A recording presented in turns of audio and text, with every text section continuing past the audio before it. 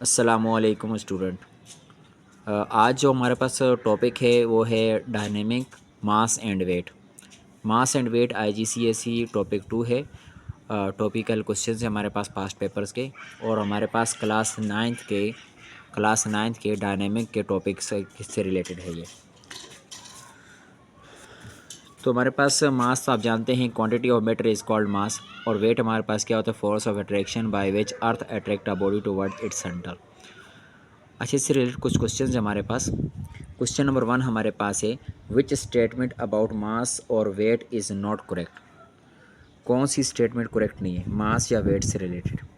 Masses can be compared using a balance. Balance को use करके compare करके find किए जाते हैं मास, बिल्कुल ठीक है। Weight can be compared using a balance, weight को भी हम कंपेयर करके फाइंड कर सकते हैं। मास इज़ अ फोर्स, तो मास फोर्स है, तो ये स्टेटमेंट क्या है, गलत है, क्योंकि मास क्या है हमारे पास अमाउंट ऑफ मैटर है होती है। Weight is a force, weight is a force होती है, बिल्कुल हमारे पास ग्रेविटेशनल फोर्स होती है। तो हमारे पास इस एमसीक्यूज़ का जो हमारे पास ऑप्शन बी है ये क्या है, करेक्ट है। ऑप्शन क्वेश्चन नंबर 2 अगर आप देखें, a sphere P made of a steel has a weight of 10 Newton on earth. Steel है, स्टील की स्फेयर है और पी से बना हुआ है, और उसका वेट क्या है, 10 न्यूटन अर्थ सरफेस पर। Another sphere Q also made of a steel has a weight of 10 Newton on Mars. और जो स्टील दूसरा जो स्फेयर है क्यू, वो भी स्टील से बना हुआ है, और मार्स पर उसका जो वेट है वो 10 न्यूटन है। The gravitational field strength on earth is greater than the gravitational field strength on Mars. तो अर्थ पर जो ग्रेविटेशनल फील्ड स्ट्रेंथ है वो क्या है, ज़्यादा है as compare to gravitational field strength on Mars. तो अब हमारे पास जो जी का फार्मूला होता है, डब्ल्यू का फार्मूला हमारे पास क्या होता है, W is equal to M G. Mass तो हमारे पास कांस्टेंट, तो यहाँ से अगर जी की वैल्यू को कंपेयर करें आप, तो जी इज़ इक्वल टू एम जाएगा यहाँ पे डिवाइड होकर, तो ये हो जाएगा डब्ल्यू डिवाइडेड बाय एम हो जाएगा, ठीक है। अब हमारे पास क्या है कि ये कहते हैं कि जी जो है वो प्रोपोर्शनल होता है किसके साथ, मास के साथ प्रोपोर्शनल है, इन्वर्सली प्रोपोर्शनल, और डब्ल्यू के साथ क्या है, डायरेक्टली प्रोपोर्शनल है। तो जैसा कि पी जो बॉल है जो अर्थ पर जिसका 10 न्यूटन वेट है और वो स्टील से बना हुआ है, मास हमें मालूम नहीं है, और दूसरा स्फेयर जो क्यू है उसका भी मास मार्स पर है और वो भी 10 न्यूटन है, और उसका वेट भी कितना आ रहा है, 10 न्यूटन आ रहा है। द ग्रेविटेशनल फील्ड स्ट्रेंथ जो है वो अर्थ पर ज़्यादा है as compare to gravitational field strength on Mars के मुकाबले में। विच स्टेटमेंट इज करेक्ट, कौन सी स्टेटमेंट ठीक होगी। The mass of sphere P is the same as the mass of the sphere Q. Mass अगर पी और क्यू का बोलते हैं कि सेम होगा, अगर मास दोनों का सेम होगा, वेट दोनों का सेम है, तो फिर जैसे जी की वैल्यू है तो जी की वैल्यू भी सेम होनी चाहिए। तो जी की वैल्यू तो डिफरेंट है, तो लिहाजा मास सेम नहीं हो सकता, मास डिफरेंट होगा। The mass of sphere P is less than the mass of the sphere Q. जो मास है स्फेयर का वो क्या है, कम है, किसके मुकाबले में, क्यू के मुकाबले में। अब देखें कि पी कहाँ पे हमारे पास था, पी हमारे पास था अर्थ सरफेस पर, और उसका वेट कितना था हमारे पास, 10 न्यूटन। अगर मास को हम कम रखते हैं और डब्ल्यू हमारे पास फिर कम आएगा या ज़्यादा आएगा, ठीक है। एम को अगर हम कम रखेंगे तो जी तो हमारे पास क्या है, ज़्यादा है, जी हमारे पास क्या है, ज़्यादा। इसको अगर हम ले जाएं, एम ज़्यादा है, जी भी ज़्यादा है हमारे पास, एम अगर ज़्यादा, जी भी हमारा ज़्यादा, डब्ल्यू हमारे पास ज़्यादा आना चाहिए, ठीक है। तो एम की वैल्यू हमारे पास, पी का जो मास होना चाहिए वो कम होना चाहिए क्यू के मुकाबले में, क्योंकि जी पर ग्रेविटेशनल फील्ड स्ट्रेंथ की वैल्यू ज़्यादा है। तो एम को हम क्या रखेंगे, फिर कम रखेंगे, ताकि ये जो आंसर आ जाए कांस्टेंट आ जाए। इसकी मिसाल कुछ ऐसे है, कैसे हमारे पास है 10 2 मल्टीप्लाई बाय 5, ठीक है। तो ये हमारे पास क्या है, ग्रेविटेशनल फील्ड, ये हमारे पास क्या है, मास है, ये हमारे पास वेट आ रहा है। अब दूसरे में देखें कि 10 ये आंसर आ रहा है, अब 2 मल्टीप्लाई बाय 5 नहीं, दूसरे क्यू का हमारे पास 5 की जो जी की वैल्यू है वो कम है, तो उसको हम रख लेते हैं 2।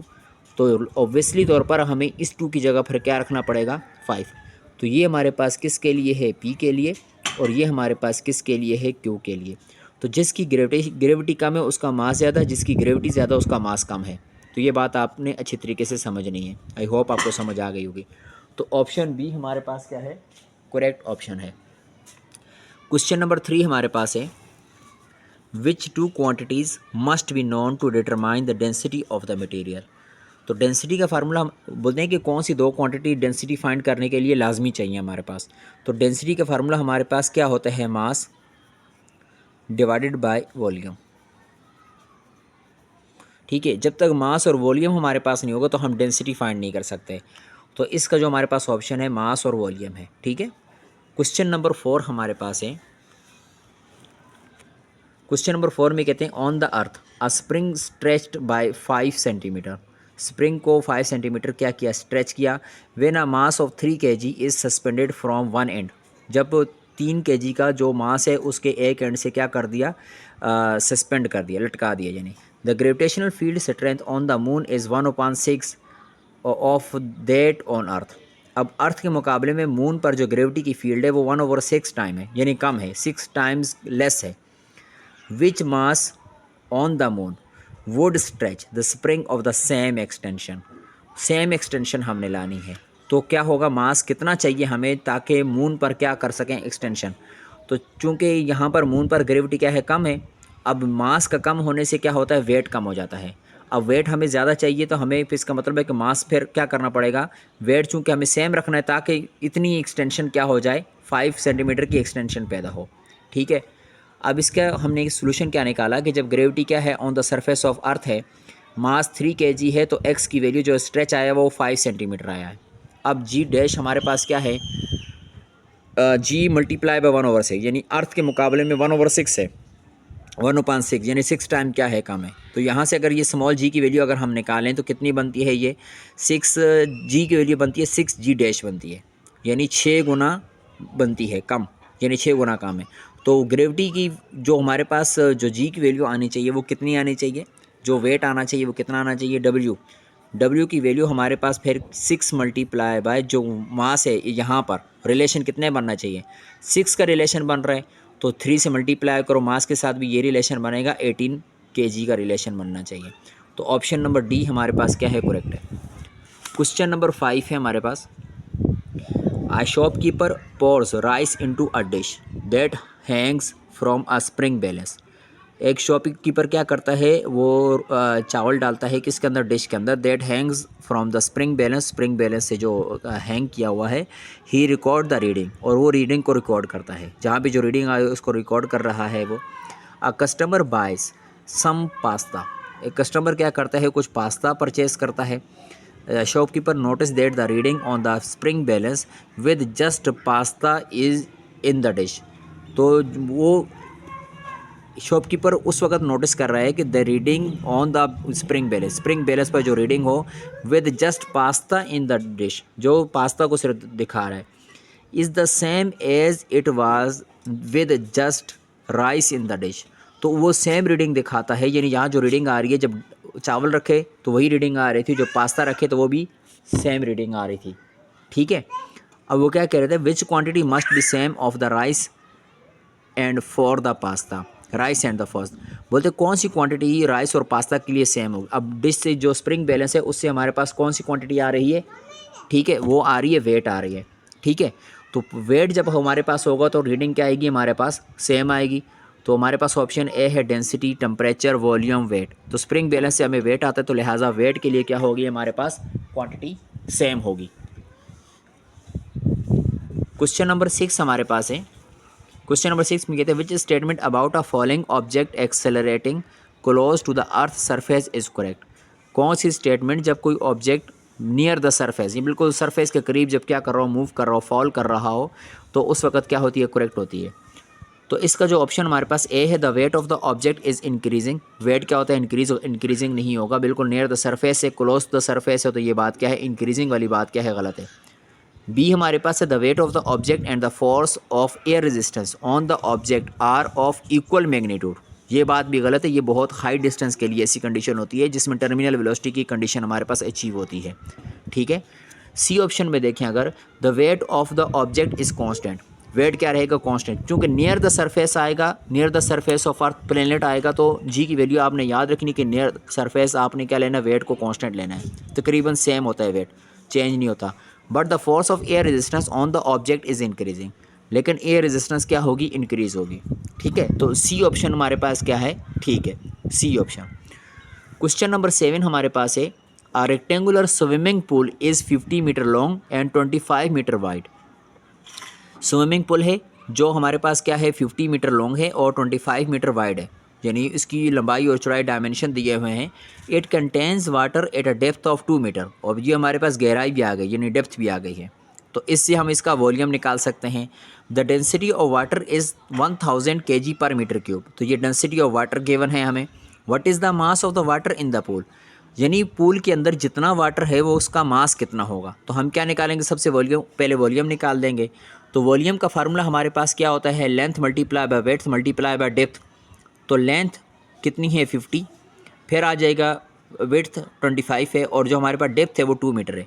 तो ये आ जाएगा 2500 मीटर क्यूब हमारे पास वॉल्यूम आ जाएगा। एंड डेंसिटी इज़ 1000 kg पर मीटर क्यूब। तो हमारे पास फार्मूला हमारे पास क्या होता है, डेंसिटी का फार्मूला हम क्या करेंगे, यूज़ करेंगे। तो मैं यहाँ साइड पे लिख लेता हूँ। डेंसिटी का फार्मूला हमारे पास होता है मास ओवर वॉल्यूम। तो अगर आप इसको क्या करो, मॉडिफाई करो, तो वॉल्यूम यहाँ पे जाके मल्टीप्लाई हो जाएगा, तो मास हमारे पास आ जाएगा। तो मास की वैल्यू हमारे पास डेंसिटी मल्टीप्लाई बाय वॉल्यूम। तो हमने यही यूज़ किया है, mass multiply by mass is equal to density multiply by volume. तो डेंसिटी पहले लिख लें या वॉल्यूम लिख लें, तो वॉल्यूम पहले लिख लिया हमने 2500। अब डेंसिटी हमारे पास कितनी है 1000 आ गए। तो इन दोनों को मल्टीप्लाई करेंगे तो ये हमारे पास 1 2 3 4 5 25 लाख kg आ जाएगा। 25 लाख kg। तो ये ऑप्शन नंबर डी हमारे पास क्या है, करेक्ट, ऑप्शन नंबर डी। ठीक है। अच्छा, इसी तरीके से हमारे पास क्वेश्चन नंबर 8 है। क्वेश्चन नंबर 8 में अगर देखें तो 2 rectangular blocks consist of different materials. 2 rectangular blocks हमारे पास हैं जो डिफरेंट मटेरियल पर मुश्तमिल हैं। ठीक है। 4 different methods are suggested to compare the 2 masses. 4 different methods हैं वो सजेस्ट किए हुए हैं दोनों मासेस को कंपेयर करने के लिए। रेक्टेंगुलर ब्लॉक हैं और डिफरेंट मटेरियल्स पर मुश्तमिल है। अब नंबर 1 कहते हैं compare the acceleration with which they fall freely. तो उनके क्या करें आप, फ्री फॉल के एक्सेलरेशन को कंपेयर करें। फ्री फॉल एक्सेलरेशन पर मास को कोई इफेक्ट नहीं होता, तो लिहाजा ऑप्शन ए क्या है हमारे पास गलत। सेकंड हमारे पास है compare the values of their length multiply by breath multiply by height. तो ये हमारे पास बोलते हैं कि उसके वॉल्यूम को कंपेयर करें, मतलब इस वैल्यू को compare, length multiply by breath multiply by height volume देते हैं हमें, तो बोलते हैं कि वॉल्यूम को कंपेयर करें। अब ज़रूरी नहीं है कि अगर मास सेम हो तो वॉल्यूम भी क्या होगा, सेम होगा। ठीक है। तो डिपेंड करता है डेंसिटी पर, हो सकता है डेंसिटी अगर डिफरेंट हो तो उनके सेम वॉल्यूम के अंदर भी डिफरेंट मास हो सकता है। ठीक है। तीसरा हमारे पास है hang each in turn from the same spring. वो बोलते हैं कि सेम स्प्रिंग से क्या करें, उनको हैंग करें। कंपेयर द एक्सटेंशन, और एक्सटेंशन को क्या करें आप नोट करें। ठीक है। तो ये भी हो सकता है, ज़ाहिर है जिसका मास ज़्यादा होगा उसका वेट भी ज़्यादा होगा। ठीक है। और फिर एक्सटेंशन भी क्या आ जाएगी, डिफरेंट आ जाएगी। अगर मास डिफरेंट है, वेट डिफरेंट है, तो एक्सटेंशन डिफरेंट। तो तीसरा वाला बिल्कुल सजेस्ट किया जा सकता है ये। Place 1 in the right hand pan of the beam balance and the other is left hand pan. जैसा कि वेट वगैरह मास वगैरह हम निकालते हैं शॉप की वगैरह पे, तो बोलते हैं कि लेफ्ट हैंड पर आप एक को रखें, दूसरे हैंड पर राइट हैंड पेन को रखें आप, और फिर आप क्या करें, कंपेयर करें। Which methods gives a comparison of the 2 masses. बोलते हैं कौन से मेथड्स, यानी एक भी हो सकते हैं, इससे ज़्यादा भी हो सकते हैं, कौन से मेथड आपको क्या देते हैं, कंपैरिजन देते हैं 2 मासेस के दरमियान। तो इसमें ऑप्शन 3 और 4 क्या है, सही है, ऑप्शन 3 और 4। ठीक है। क्वेश्चन नंबर 9 हमारे पास है an object in a space probe above the earth weighs 3.5 newton. बोलते हैं कि एक ऑब्जेक्ट है नियरली, मतलब उसके बिल्कुल अर्थ सरफेस के ऊपर, और उसका वेट कितना है 3.5 न्यूटन है। The gravitational field strength at the height of the space probe is 7.0 Newton पर केजी। ये प्रोब का मतलब प्रोबेबिलिटी है, मतलब अंदाज़न तकरीबन ये 7 न्यूटन पर केजी उसकी जी की वैल्यू आ रही है, और ये उसका क्या आ रहा है, वेट आ रहा है। अब इन दोनों से हम क्या निकाल सकते हैं, मास निकाल सकते हैं। ठीक है। जी की वैल्यू भी दे दी और डब्ल्यू भी दे दिया, तो एम निकाला जा सकता है। W is equal to mg के फार्मूले से। The gravitational field strength on the earth surface is 9.8। Earth surface पर g की वैल्यू कितनी है, 9.8 है न्यूटन पर kg. What are the mass and the weight of the object on the earth surface. Mass और वेट क्या होगा अर्थ surface पर। तो सबसे पहले हमें क्या मालूम करना है, उस ऑब्जेक्ट का मास निकालना है। तो तो यहाँ से अगर आप निकालें, जो पहले हमें गिवन है 3.5 न्यूटन और दूसरा यहाँ पे 7.0 न्यूटन पर केजी, ये जी है, यहाँ पर डब्ल्यू है, तो इन दोनों को यूज़ करके डब्ल्यू की वैल्यू 3.5 और जी की वैल्यू 7.0, इन दोनों को यूज़ करके हम क्या करेंगे, मास का formula W divided by G, weight divided by G, gravitational acceleration या ग्रेविटेशनल फील्ड स्ट्रेंथ, तो इन दोनों को जब डिवाइड करेंगे 3.5 डिवाइडेड बाई 7 तो 0.5 केजी यानी मास आ गया। अब मास ऑब्जेक्ट का क्या रहता है, फिक्स रहता है, ठीक है ना, तो मास फिक्स रहता है, लेकिन सिर्फ क्या होता है, वेट चेंज होता है। अब अर्थ सरफेस की वो बात कर रहा है, तो अर्थ सरफेस में हमने ये स्पेस की वैल्यू है, ये स्पेस पर वैल्यू है, ठीक है, ठीक है। अब अर्थ सरफेस पर उसने जी की वैल्यू हमें यहाँ दे दी है 9.8, तो अब इस 9.8 को हम क्या करेंगे, यूज़ करेंगे। तो जी की वैल्यू 9.8 है, मास तो सेम रहेगा 0.5, तो यहाँ भी 0.5 लेंगे, तो वेट निकाल लेंगे, तो वेट जब हम निकालेंगे तो एम की वैल्यू 9.8 सॉरी 0.5 और मल्टीप्लाई बाय जी की वैल्यू 9.8, तो ये 4.5 न्यूटन आ जाएगा। तो अर्थ सरफेस पर जो वेट होगा वो 4.9 न्यूटन होगा, जबकि मास सेम रहेगा कितना, 0.5 न्यूटन। तो यहाँ पर हमारे पास वैल्यू अगर आप देखें तो टेबल के अंदर 0.50 न्यूटन जो उसका मास होगा और 4.9 न्यूटन उसका क्या होगा, वेट होगा। अब एक लास्ट हम करते हैं वीडियो की लेंथ ताकि ज़्यादा ना हो। Question number 10, the diagram shows 4 pieces of laboratory apparatus. ये 4 लेबॉर्ट्री अपरेटस पीसेज हैं हमारे पास। यहाँ बैलेंस है, ये मेजरिंग सिलेंडर है, ये रूलर है जो लेंथ मेजर करने के लिए, और ये stop watch time duration find करने के लिए यूज़ करते हैं, ठीक है। तो बैलेंस यूज़ किया जाता है मास के लिए, ये यूज़ किया जाता है वॉल्यूम के लिए, और ये रूलर यूज़ किए थे, आप जानते हैं कि ये लेंथ के लिए यूज़ होता है। और स्टॉप वॉच किसके लिए यूज़ होती है, ये यूज़ होती है हमारे पास टाइम को मेजर करने के लिए। अब यहाँ पे क्वेश्चन है कि which pieces of apparatus are use to find the density of a liquid. कौन से ऑपरेटस क्या होंगे, कौन से ऑपरेटस के पेयर जो हमारे पास यूज़ होंगे डेंसिटी फाइंड करने के लिए। अब अगेन मैं आपको एक बात बता दूं कि डेंसिटी, जो भी चीज़ क्वांटिटी आपने फाइंड करनी है उसका फार्मूला क्या होना चाहिए, आपको याद होना चाहिए, एक मिनट, कि डेंसिटी का फार्मूला हमारे पास क्या है, मास है और डिवाइडेड बाय वॉल्यूम। अगर मास हमारे पास हो और वॉल्यूम हमारे पास हो तो हम डेंसिटी फाइंड कर लें। अब मास फाइंड किया जाएगा बैलेंस के ज़रिए और वॉल्यूम फाइंड किया जाएगा रूलर के ज़रिए, ठीक है ना, वॉल्यूम रूलर के ज़रिए फाइंड किया जाएगा, या फिर हम वॉल्यूम इससे भी मेजरिंग सिलेंडर से भी वॉल्यूम निकाल सकते हैं, ठीक है ना, या तो इससे निकालेंगे या रूलर की मदद से। अब दोनों में से किससे निकालेंगे सर, अगर हमारे पास क्या होगा, रेगुलर ऑब्जेक्ट होगा, जैसे रेक्टेंगुलर हमारे पास है, या हमारे पास क्यूबिकल है हमारे पास, या स्क्वायर में हमारे पास कोई ऑब्जेक्ट आ रहा है, तो फिर रूलर की मदद से निकालें। लेकिन हमारे पास ज़्यादातर जो ऑब्जेक्ट होते हैं वो इर्रेगुलर होते हैं, यानी कोई मतलब रेगुलर शेप के नहीं होते हैं हमारे पास, ऑर्डिनरी शेप के होते हैं, तो फिर उनका जो वॉल्यूम हम मेजरिंग सिलेंडर की मदद से निकालते हैं, ठीक है। तो दूसरा हमें बैलेंस चाहिए होगा, मेजरिंग सिलेंडर, इन दोनों से आसानी से यानी से आसानी से निकाला जा सकता है। तो इस ऑप्शन में balance and measuring cylinder, balance और मेजरिंग सिलेंडर की मदद से हम क्या निकाल सकते हैं, डेंसिटी फाइंड कर सकते हैं, ठीक है। आई होप कि आज की आपको लेक्चर बहुत अच्छा लगा होगा। तो आपने क्या करना है कि इन MCQs को इंशाल्लाह बहुत अच्छे से तैयार करना है। ये फर्स्ट वीडियो है, हमने कहाँ तक की है, न्यूमेरिकल क्वेश्चन नंबर 10 तक। इंशाल्लाह नेक्स्ट लेक्चर के अंदर और मज़ीद करें।